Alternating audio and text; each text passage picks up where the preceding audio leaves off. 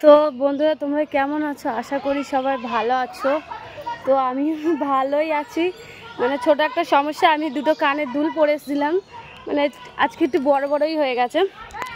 তো নাচতে নাচতে কানের দুলটা কান থেকে পড়ে গেছে, গিয়ে একদম আমার পায়ে, এই দেখো পায়ে ঢুকেছে, জ্বালা জ্বালা করছে। আমি বলি কী হলো ব্যাপারটা, বাবা অনেকটাই তো। দেখো এ দেখো ছালটা উঠে গেছে, দেখো